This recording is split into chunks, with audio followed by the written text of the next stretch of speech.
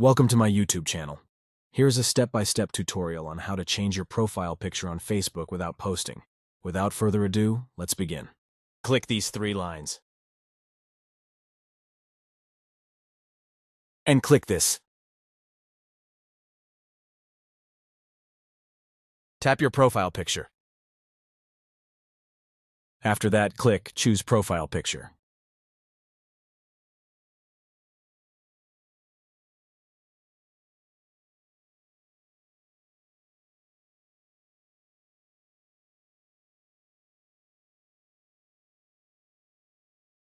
Tap this.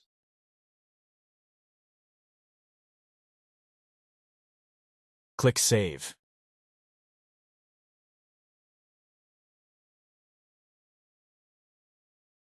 Not everyone may want to broadcast every profile picture change to their entire friends list. Changing your profile picture without posting it allows you to maintain a higher level of privacy. Finally, it's done.